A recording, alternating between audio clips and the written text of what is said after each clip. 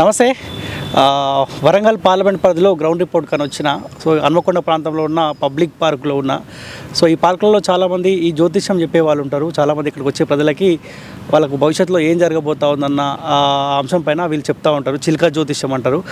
నేను కూడా రాబోయే పార్లమెంట్ ఎలక్షన్లో వరంగల్ పార్లమెంట్లో ఎవరు గెలవబోతా ఉన్నారు అనే అంశం పైన నేను జ్యోతిష్యం చెప్పబోతా ఉన్నాను ఇప్పుడు. నమస్తే అన్న. నమస్తే. మీ పేరేం పేరే? బాలరాజు. ఓకేనా. ఇప్పుడు ఎన్ని సంవత్సరాల నుంచి మీరు ఈ జ్యోతిష్యం చెప్తా ఉన్నారు? నేనైతే 85 సంవత్సరానికి పుట్టిన. 85లో 85లో పుట్టినావు. 11 ఉన్నప్పుడు ఇది నేర్చుకున్నాను. నా ఏజ్ 11 ఉన్నప్పుడు.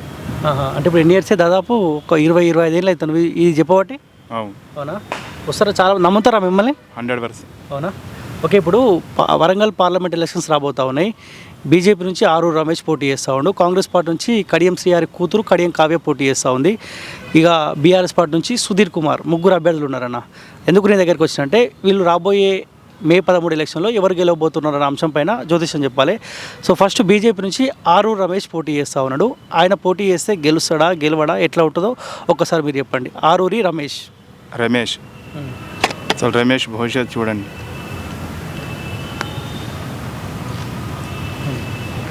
రమేష్ ఏం పార్టీ అన్నారు? BJP party. ఈసారే గెలుస్తాడు మనకు తెలిసి అయితే. కానీ ఇంకొకటి ఏంటంటే ఈసారి పేరు బలం అయితే ఈ సంవత్సరం బలం మంచిగా ఉన్నది. ఫ్యూచర్లో గెలుస్తాడు, ఎక్కడ పోయినా తిరుగులేదు. కాకపోతే ఏంటంటే మాత్రం జర ఏ పని చేసేటప్పుడు మాత్రం బంధుమిత్రుడు కానీ దోస్తున్న కానీ జర జాగ్రత్తగా ఉండాలి.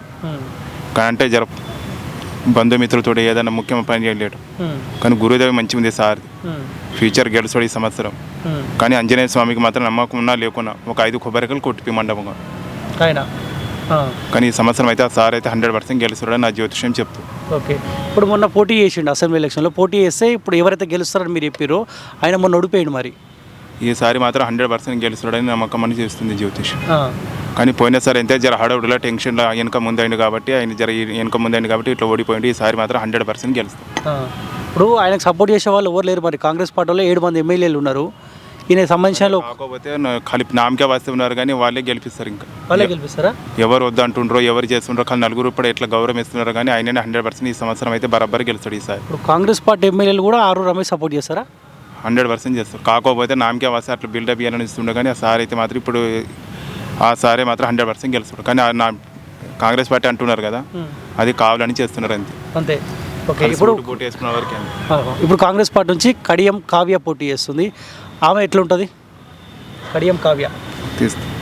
కడియం కావ్య కాంగ్రెస్ పార్టీ సంబంధించిన ఎంపీ అభ్యర్థి. కడియం శ్రీహారి మాజీ మంత్రి వాళ్ళ కూతురు ఈమె. కడియం కావ్య జాతకం చూడు రాజు, అనుమానం పడతాను గంతే. అయ్యా ఎందుకు తీస్తలేదా? మేడ మీద నమ్మకం లేదంటే చిలకకు కూడా నమ్మకం లేదు ఆమె పైన. ఇక పబ్లిక్ ఏం సార్? పబ్లిక్ మీరు ఇందాక ఫస్ట్ ఒకసారి పేరు చెప్పారు, ఆరూరు రమేష్ టక్కని తీసింది.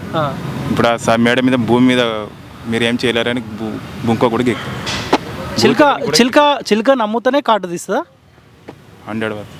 ఇప్పుడు చదువుకున్న వాళ్ళు ఉంటారు, అందరు పాస్ అవుతారా? అందరికి ఉద్యోగాలు వస్తాయా? ఇది కూడా అట్లాంటి. ఓకే. ఇప్పుడు కడియం కావ్య నమ్మకం లేదు, చిల్కకు నమ్మకం లేదు కాబట్టి తీస్తుంది. సరే, ఏం చెప్తారు ఇప్పుడు కడియం కావ్య గురించి? మీరు ఏం చెప్తారు? కానీ నా శాస్త్ర ప్రకారం అయితే ఆమె ఈసారి గెలవదని అనిపిస్తుంది. అంతే. ఓకే. ఇంకొక పేరు బీఆర్ఎస్ పార్టీ నుంచి సుధీర్ కుమార్ పోటీ చేస్తూ ఉన్నంట. నేను కూడా ఒక 1 year ఇక్కడ ఉండగానే నాకు పెద్ద పరిచయం లేదు. Sudheer Kumar BRS party. సుధీర్ కుమార్ అంటే చూడు, దా రాజు దా మార్గో కదా.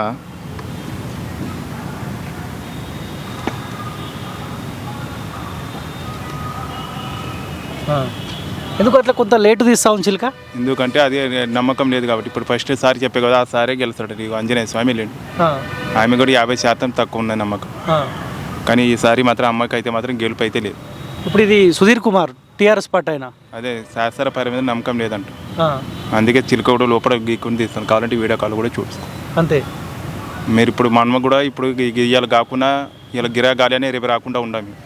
భగవంతుడు ఇలా కాకుండా రేపు ఇస్తాడు నమ్మకం ఉంటుంది. ఇలా గాలి అనే రేపు తినకుండా ఉంటాం, తాగకుండా. భగవంతుడు ఇచ్చే టైంలో ఇస్తాడు మనం.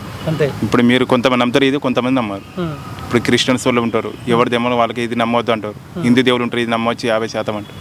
ఇంకా అట్లా ఇది కూడా మా నమ్మకం మాకు. ఓకే. ఆరూరు రమేష్ ఇక్కడ నుంచి గెలుస్తాడు ఇక 100% గెలుస్తాడు. అంతే. ఓకే.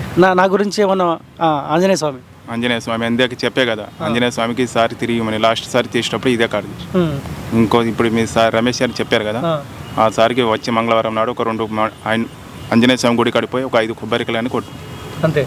ఓకే, జయ హనుమానే గెలుపుతాడు మీకు. సరే, థ్యాంక్ యూ. ఓకే.